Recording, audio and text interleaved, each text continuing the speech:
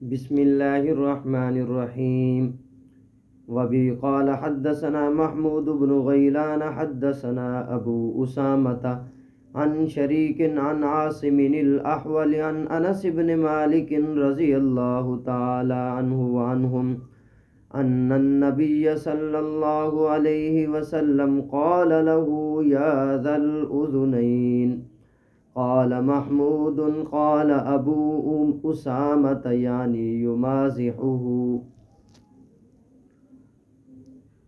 حضرت انس بن مالک رضی اللہ تعالی عنہ وہ فرماتے ہیں کہ بے شک نبی کریم صلی اللہ علیہ وسلم قال له، حضرت انس کو کہتے تھے یا ذا الاذنین۔ قال محمود ابن غیلان کہتے ہیں ابو اسامہ نے کہا یعنی یمازحه، یعنی آپ صلی اللہ علیہ وسلم حضرت انس بن مالک رضی اللہ تعالی عنہ سے مزاح فرمایا کرتے تھے، مذاق فرمایا کرتے تھے۔ اب میرے محترم بزرگوں اور دوستو، آپ صلی اللہ علیہ وسلم مذاق کیوں فرماتے تھے؟ اس وجہ سے فرماتے تھے لِأَنَّهُ كَانَتْ لَهُ الْمَحَبَّةُ الْعُظْمَى، آپ صلی اللہ علیہ وسلم کو اللہ تعالیٰ نے بے پناہ درجے کا رعب عطا فرمایا تھا۔ فَلَوْ لَمْ يُمَازِحِ النَّاسَ، اگر آپ صلی اللہ علیہ وسلم لوگوں سے مزاح نہ فرماتے تو لوگ آپ کے ارد گرد جمع کیسے ہوتے؟ اللہ تعالیٰ نے قرآن کریم میں فرمایا ہے اے محمد صلی اللہ علیہ وسلم، اگر آپ نرم مزاج نہ ہوتے اور اگر آپ سخت مزاج ہوتے تو یہ لوگ آپ کے ارد گرد سے بھاگ جاتے، بکھر جاتے۔ تو اسی وجہ سے آپ صلی اللہ علیہ وسلم مزاح فرماتے تھے تاکہ لوگوں سے رعب ختم ہو جائے اور لوگ مل کر بیٹھیں۔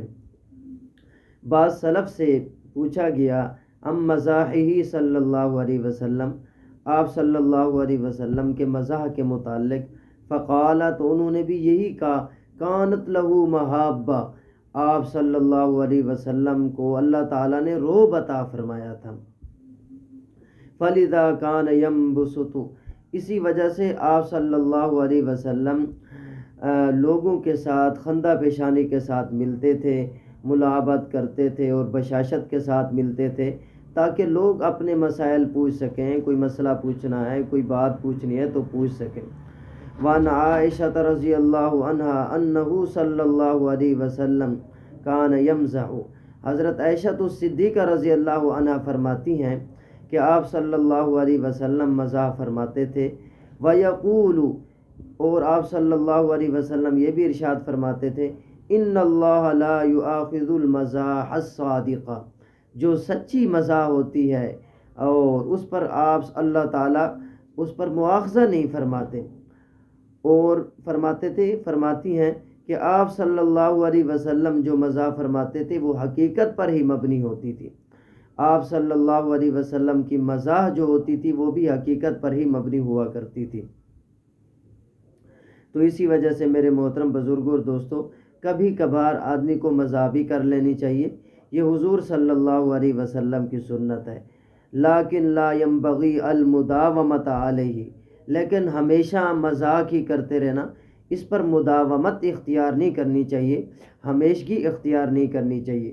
فَإِنَّهُ يُورِثُ الضِّحْكَ وَقَسْوَةَ الْقَلْبِ، اس کے بارے میں لکھا ہے اس وجہ سے اگر آپ کثرت سے مزاح کریں گے تو پھر یہ پیدا کرتا ہے ہنسنے کو، مذاق کو، اور پھر اس سے بسا اوقات قلب جو ہے وہ سخت ہو جاتا ہے اور پھر اللہ تعالیٰ کے ذکر سے غفلت ہو جاتی ہے۔ تو کبھی کبھار مذاق کر لینا چاہیے، یہ حضور صلی اللہ علیہ وسلم کی سنت ہے اور اس پر ہمیشگی نہیں کرنی چاہیے۔